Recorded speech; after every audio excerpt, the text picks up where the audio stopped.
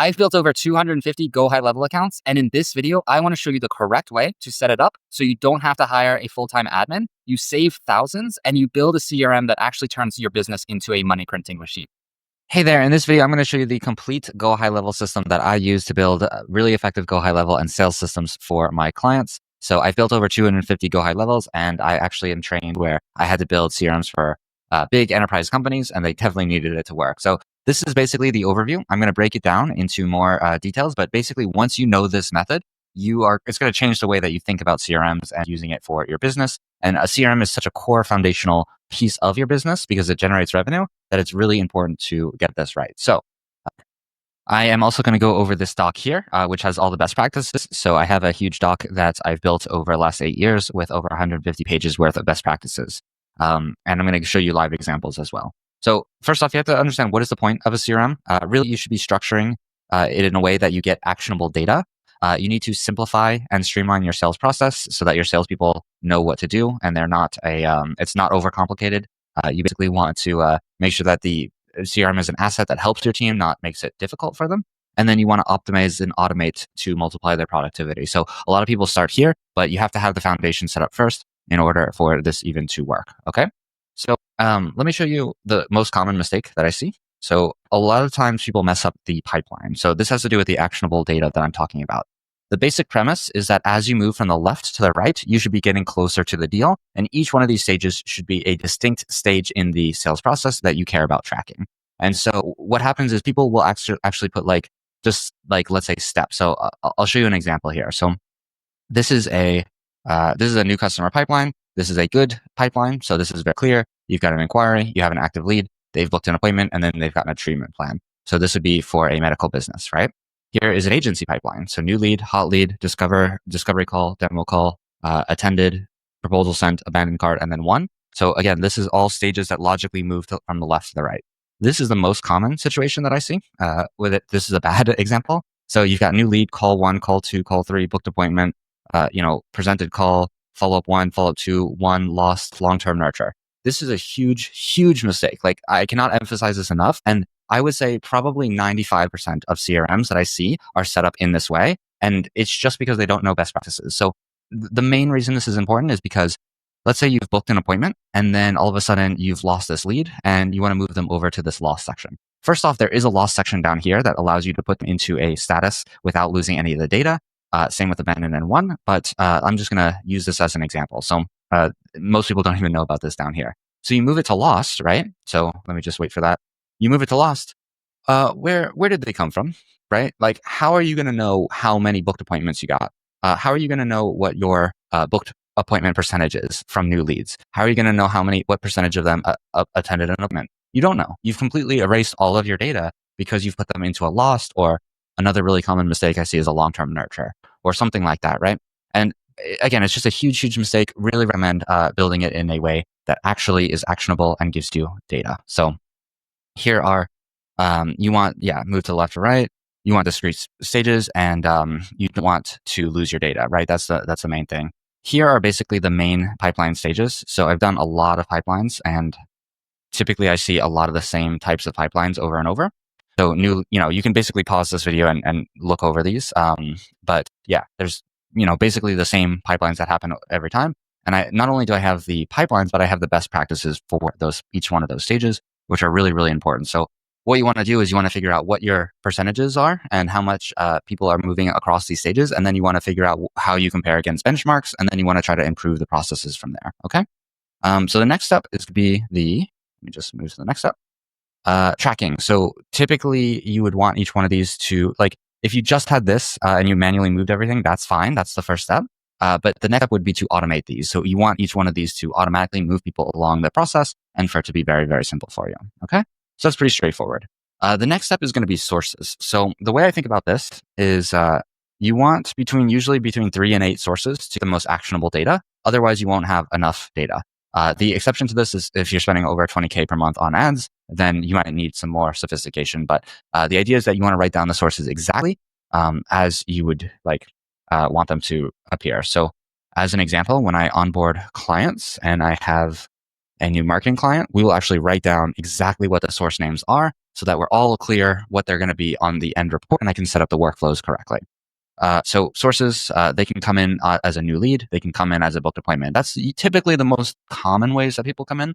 There are other ways like applications and things like that, but just for the sake of simplicity, I'm just going to show this. So a Facebook lead could come in as a new lead, or they could come in as a new lead and then become a booked appointment. And either way, you want those to be tracked accurately. So it doesn't matter if it's Facebook, YouTube, referrals, cold calling, there's probably like tons of different methods that you could use. But you want to make sure that they're tracked, even referrals from other businesses, right? Or clients. And so when you're doing this tracking, there's a very specific way that you have to do this. So in Go High Level, there is a method. There's an actual mechanism called source. So there's an opportunity source and a contact source. Sometimes this source can actually be overwritten by the Go High Level system. For example, if you fill out a form or if you book in a calendar, it actually overwrites your source to whatever that calendar name was or that form name was. So it's a little bit tricky. Specifically, I have a process right here to make it 100% accurate, where you have to say, okay, you have to make a special field in the system, and then you have to say, does this person already have any information in this field? Meaning they already had, one of the sources that we've identified. If the answer is yes, do not do anything else. Just keep the field as it is. If the answer no, then update that field to what we need it to be. So this might seem a little bit confusing, but it's a very, very important technical part. And if you don't have tracking like this, then you're going to run into huge issues down the line where you're not going to be able to get accurate data. Same thing with tags. So tags you can have multiple tags for the same contact, and then it becomes confusing. So this avoids that problem as well. All right. So sources, there's a process for that.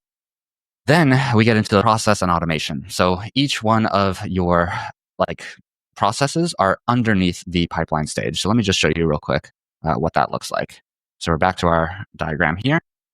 And so each one of let's say you've got a new lead. These are the processes that happen for new leads. It's a very consistent process and allows you to kind of know exactly what everybody needs to be doing. Then book an appointment. This is very important. So it stops all the previous nurtures, which means all these workflows stop. And then we move on to these processes because now they've booked an appointment. Then once they attend the appointment, then we move on to these processes and so on, right? So it's very clear, very logical. You know exactly what the purpose of these nurtures are. They're to move them to the next pipeline stage. So what's really nice is that once you organize your pipeline, you can actually organize workflows in a way that matches the pipeline stages and keep it all very organized and underneath each pipeline stage. This is also really important because it helps avoid mistakes later on where, workflows can get complicated and you can run into issues where they're not doing exactly what you want to do and they break. And again, this is another problem that I see a lot where you've got a system that's too complicated and nobody can actually, follow what's going on. So that is the processes. Now, there's two types of processes. There's marketing processes. So this is typically going to be automated processes, such as automated nurtures and things like that. And then there's going to be sales processes. So the marketing processes are pretty straightforward. Most people know them. There's tracking. Again, most people mess up the tracking. So that's kind of a little bit of a special one. There's automated nurtures. There's appointment reminders and confirmations and referral programs. So those are all pretty straightforward. Now, what most people don't know is the sales process. So the sales processes, there's a lot of processes here that people don't know how they actually work. And because of that, they are missing out on a huge ability to streamline and make everything easy for your sales team. So these are the different processes that you have. You have power dialers, you have dispositions, smart list workflows, post-call forms, tasks. I can't get into each one of these, but they're really, really powerful. So just as a quick demo here, if I go into a list of contacts, and ask anybody that you work with that has an experience with CRMs or Go High Level that's building this for you, and see if they know this. I bet you they won't. The reason they won't know this is because this is a HubSpot concept. So there's an idea of sequences, for example, where you can make a smart list, and only the people who need to be contacted will appear in that smart list. And then, as an example, I can select all the contacts. I can go into an individual contact. So I'll just go into one as an example. I can go ahead and process this contact, meaning I'm going to send an email, do a call, send a text message, book an appointment, whatever I'm going to do for this specific contact. And I can quickly and easily go to the next contact. And then at the same time, that contact then gets taken off of that smart list. Again, in HubSpot, this is called sequences. And most people don't know about this because they don't have kind of that formal training. And then there's something called lead statuses, which I will get into in just a bit. So that is the process. You have, workflows that move people along. And when you have a standardized process like this, you can see which part of the pipeline is not performing, and you can improve that specific process to make it improve better. Okay, cool. Now, statuses. So a really common question I get is, well, hey, what if they don't move through the pipeline super clean and I need them to have a specific status that they go into? So this comes back to the example that I showed at the very beginning where we say, someone was lost or we need a long-term nurture. How do we do that if we don't have those as pipeline stages? Well, the way you do that is with statuses. So as an example, I'll go back to my contact here. Let's say I'm calling this contact and, things don't go well. So I'm going to update that status and he says that they're not interested, right? All I would have to do is move that lead status to not interested, go ahead and save that, and then that specific nurture would start. So as an example, not interested, now we get a nurture specific to not interested. But the most important thing is that it stays in the stage that it was already in. So it doesn't matter if it was a new lead or a appointment had been attended. We keep the data in that stage, and instead we use statuses to follow up. And what's really cool is that statuses can be almost unlimited. So if you look into here, so we're in statuses right now. So yeah, biggest mistake is people confuse statuses with pipelines. But pipelines, we've already gone over this. Basically, you're going to lose data. And if you don't have good data, then you're not making data-driven decisions and just the whole thing doesn't work. So what are examples of statuses? So there's 4 different big categories. So deal progression, follow-up, and timing-based, objection or barrier-based, and then disqualification. So an example of deal progression would be, I close the client, right? Very easy, just moving them through the deal stages. Follow-up timing. So revisit this in a couple of weeks or months, or we're awaiting a response and we haven't heard from them. So they are potentially ghosting us, right? There's objections. So, we can actually break down why specifically they chose to deny going with us. They said it was too expensive, no budget. And then we can have needs more information, needs more proof, social proof, things like that. We can make a specific nurture that addresses that specific point. So it's much more tailored and much more specific. And all the best, once you get into kind of a more sophisticated CRM setup, this is really where people drill down and get a lot more granular here. Then you have disqualification. So, the business was too small. There's a different type of nurture that you would do for those types of situations where you're a little less aggressive, but you're potentially trying to downsell them or move them into a situation where there are better business to work with you. Okay. And so, that is the entire process. So this is now that you understand how it works, I can show you basically how you might be onboarded. So as an example, I would have a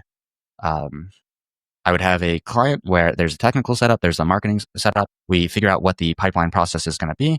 We figure out what the tracking sources are. We figure out the statuses, and then we go through and make each one of the following and marketing systems. Then on top of that, there's going to be call recordings. So basically there's going to be onboarding calls to make sure that we're clear on what you need.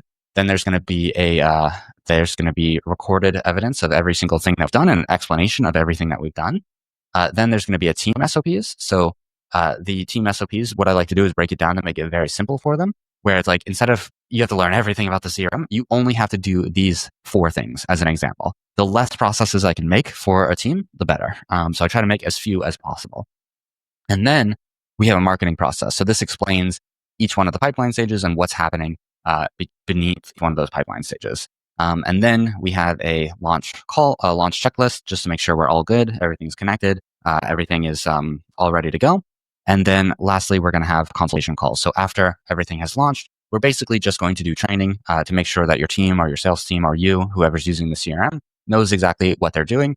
And this is usually like a 4-week process. And most of the time, we're just reviewing the marketing processes and just reminding them what they need to do. Again, as few processes as possible. And so that is the entire process. Once you're done, you have marketing reports and you can look into them like this. So you have an idea of okay, which campaigns are doing the best, just so you can see how this works. This is the total number of deal stages that people have. These are the percentages of how well they move across. And this is your ROI data. So we can see per campaign, how well are people doing? What are our total numbers? What is our return on ad spend? In this particular case, we learned that all of their returns were coming from this Facebook campaign, and we were able to start to either optimize or eliminate other campaigns. They were running 8 different campaigns, but we just ran this one and we did very, very well. Then you can get a breakdown per month, and the same thing applies. That's one way. This is with a spreadsheet process. There are external tools as well that you can get dashboards and get all kinds of useful information. So This is one that's called Consolidator. I did like this one for a long time, but I've kind of thrown power to it a little bit because it's a little bit too buggy. But there's other ones as well. I'll just show you this one though as an example because this is just a really good client that we had. So this client, when they came to me, had around the return on ad spend was around like 3x, and then using this process that I've talked about of like slowly optimizing their entire sales process, figuring out what sources were the best, making sure there were standardized processes and everything like that. Now we're like at 9.5, and in some months we've even been up to 12x return on ad spend. So every dollar we put in, we can get between $9 and $12 out. So it's a really, really amazing transition. So yeah, this is the entire process. I hope that makes sense. Like I said, there's an entire like best practices. I have this huge doc on it. I have a very standardized process that I can help you through for getting you onboarded for this. So there is a real cost to setting up your CRM incorrectly, and it could be months of time, it could be thousands of dollars, it could be both. And if you want your CRM set up correctly the first time, please feel free to reach out. I would love to help. There's lots of ways that I can help. The most common being a full build where I just simply take all these best practices and put it into your business. The other way is I can actually take the CRM and best practices that I have and install it into your team if you feel like you have someone on your team through consultations that can help you achieve this as well. Either way, I definitely think you're going to want a fully functional CRM process because it's so core to your business. So please reach out, and I'd love to have a talk about your specific situation, give you some advice on what you are currently doing, and see if I can help out. Again, make sure to reach out, and I look forward to talking to you soon.